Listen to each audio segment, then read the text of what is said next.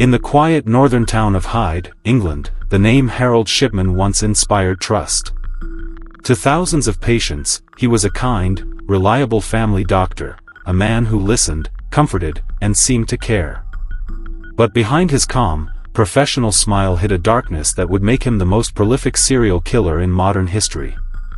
Between 1975 and 1998, Dr. Harold Frederick Shipman murdered hundreds of his patients, most of them elderly women, in their own homes, with nothing more than a syringe of morphine and his own arrogance to believe he would never be caught.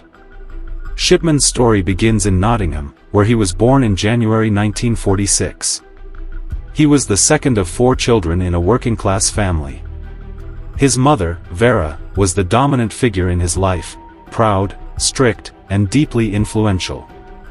As a boy, Harold was intelligent and quiet, but his world began to darken when his mother was diagnosed with lung cancer. He was a teenager when he watched her slowly waste away at home, yet she relied on morphine injections to ease her pain. Harold saw something profound: the control, the peace, the release that morphine could bring to a dying patient. When his mother finally passed away, that image stayed with him. It wasn't grief alone that marked him, it was fascination, the power of a doctor over life and death. He studied medicine at Leeds University, graduating in 1970. In the beginning, colleagues found him capable but distant. Shipman soon took a position at Pontefract General Infirmary, where his early career was already shadowed by addiction. He began secretly using pethidine, an opioid painkiller, forging prescriptions for his own use. In 1975, he was caught and fined.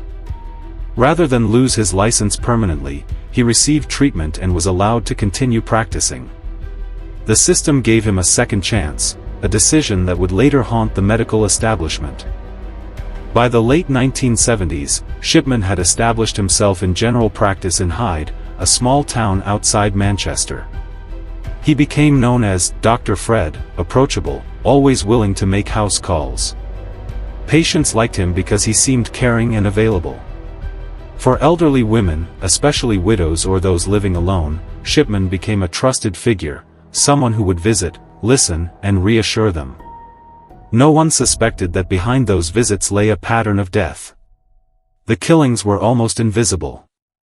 A doctor was expected to certify deaths, and in the 1970s and 1980s, record-keeping was manual.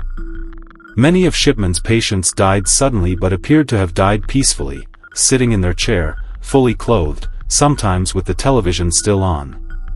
Shipman would tell families their loved one had suffered a heart attack or simply slipped away. He would often be the one to contact the undertaker, provide the death certificate, and advise cremation. In some cases, he even comforted the relatives, attending funerals, expressing sympathy, and moving on to his next patient. What set Shipman apart was the methodical nature of his crimes. He injected his victims with lethal doses of morphine or diamorphine, drugs he could easily access. He preferred women over 70, often those who trusted him most. Each killing was conducted calmly, without chaos, without blood. It was silent murder under the guise of care. When patterns of mortality were later analyzed, it became clear that Shipman's patients were dying at an astonishing rate compared to other doctors in the region, but no one noticed at the time. For years, suspicion barely surfaced. In 1998, however, one death began to unravel his carefully constructed facade. Kathleen Grundy, an active 81-year-old former mayor of Hyde, was found dead at home. Her daughter, Angela Woodruff, a solicitor, was surprised when she learned that Shipman had been the last to see her mother alive. Stranger still, he produced a handwritten will naming himself as the sole beneficiary of Mrs. Grundy's estate, an inheritance worth nearly £400,000. Angela knew her mother would never have done such a thing.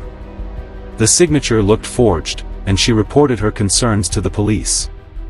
That decision would open one of the largest murder investigations in British history. The police exhumed Mrs. Grundy's body. Toxicology tests revealed high levels of morphine, inconsistent with any medical treatment. This single discovery broke open the case. Detectives began reviewing Shipman's patient records and found disturbing patterns, patients dying under similar conditions, at home, with death certificates signed only by him. Investigators compared medical logs, prescriptions, and cremation forms. When data analysts looked at mortality rates, Shipman's numbers were statistically impossible for an ordinary doctor. It was the first time data analysis helped expose a serial killer in the UK medical system. Shipman was arrested on September 7, 1998. At first, he appeared calm, almost smug. He denied everything, insisting he was being persecuted. But the evidence began to mount.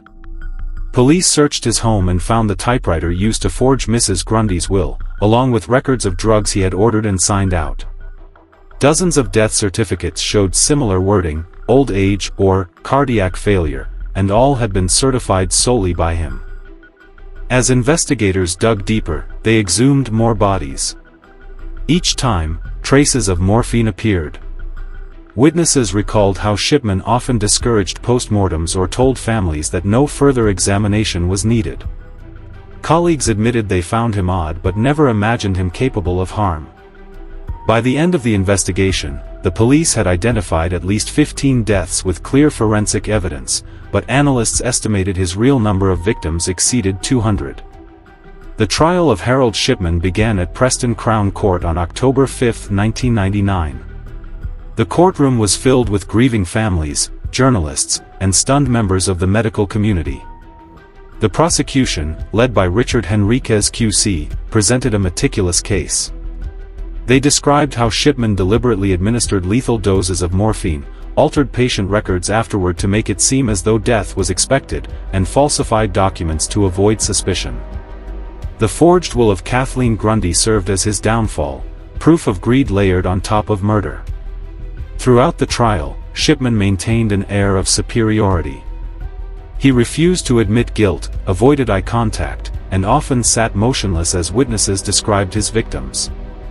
The prosecution presented computer evidence showing that Shipman had altered patient records moments after their deaths, entries added retrospectively to justify administering morphine. One chilling example involved patient Marie West. Moments after her time of death, records showed Shipman logging details that could only have been entered posthumously. The digital timestamps proved deliberate manipulation. Family members testified about the trust their relatives placed in Shipman, how he was often the last person to see them alive, and how he reassured them that their loved ones had died peacefully. One nurse testified that Shipman insisted on being alone with patients before they died. Another colleague described his cold detachment. The prosecution argued that Shipman's motive was not financial in most cases but rooted in control and arrogance, the same sense of dominance he had felt as a young boy watching his mother's morphine treatments. After a 6-week trial, the jury took 6 days to deliberate.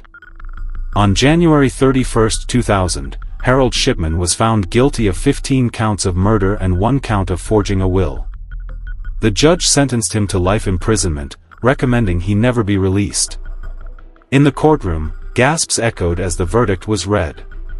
Outside, crowds gathered, holding photographs of victims and demanding answers from the medical authorities who had failed to stop him for over 2 decades. The conviction brought partial closure, but many questions remained. How had one doctor managed to kill so many people unnoticed? Why had no system flagged the abnormal death rate among his patients? A public inquiry followed, led by Dame Janet Smith, to investigate the extent of his crimes. The inquiry concluded that Shipman had likely murdered at least 215 patients, possibly more than 250. He had exploited weaknesses in the system, a lack of centralized death certification, minimal oversight of controlled drugs, and a culture of trust in doctors. Inside prison, Shipman showed no remorse. He rarely spoke, maintaining his innocence. In January 2004, on the eve of his 58th birthday, he was found hanging in his cell at Wakefield Prison. His suicide ended the chance of full confession, leaving hundreds of families without final closure. Many felt robbed of the truth, yet others believed his death saved taxpayers from maintaining him for life. Psychologists later described his behavior as classic narcissistic control. Even in death, he controlled the narrative, refusing to grant victims' families the satisfaction of answers. The aftermath of his crimes reshaped the British medical system. The government implemented sweeping reforms, including tighter control of prescription drugs, stricter monitoring of death certification, and the creation of a system to review unusual patterns of mortality. Doctors could no longer sign death certificates alone without independent verification. The Shipman Inquiry became a blueprint for medical accountability, ensuring no single practitioner could operate without oversight.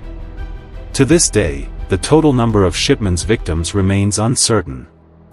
He is believed to have killed more people than any other serial murderer in recorded history, far surpassing figures like Ted Bundy or John Wayne Gacy.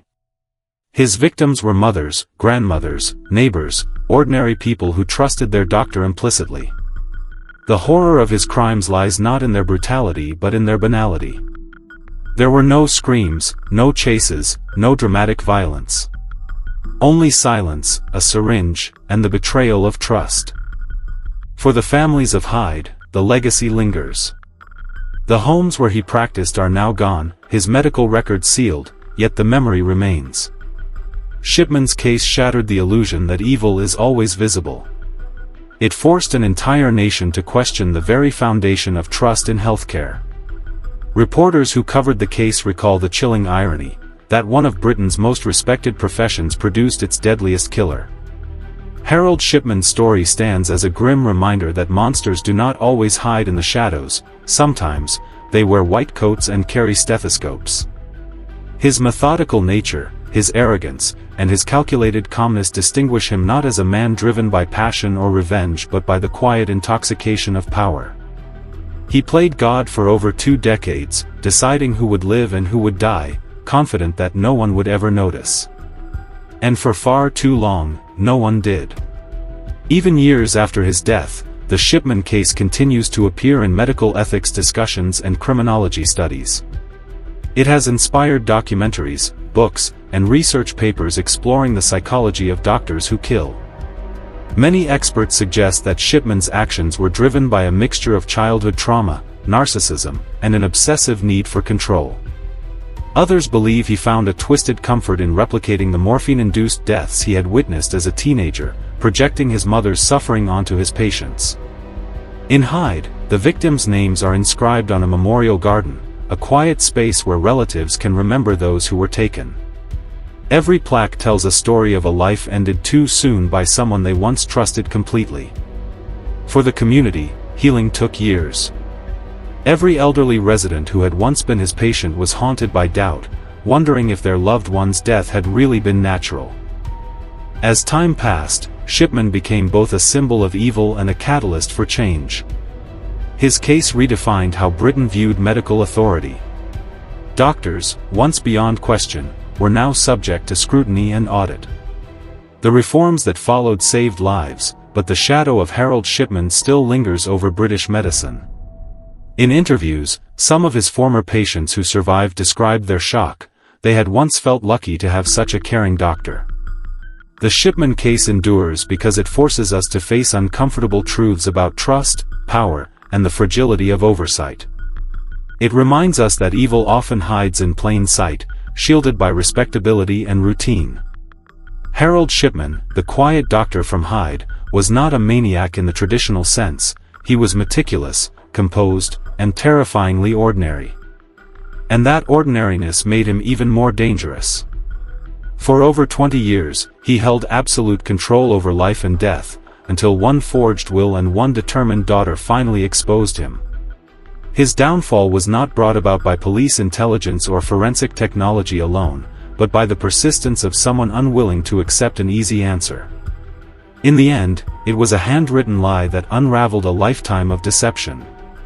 When the verdict was delivered and the truth emerged, Britain was forced to confront the unimaginable, that a single man, operating under the banner of care, had turned medicine into murder.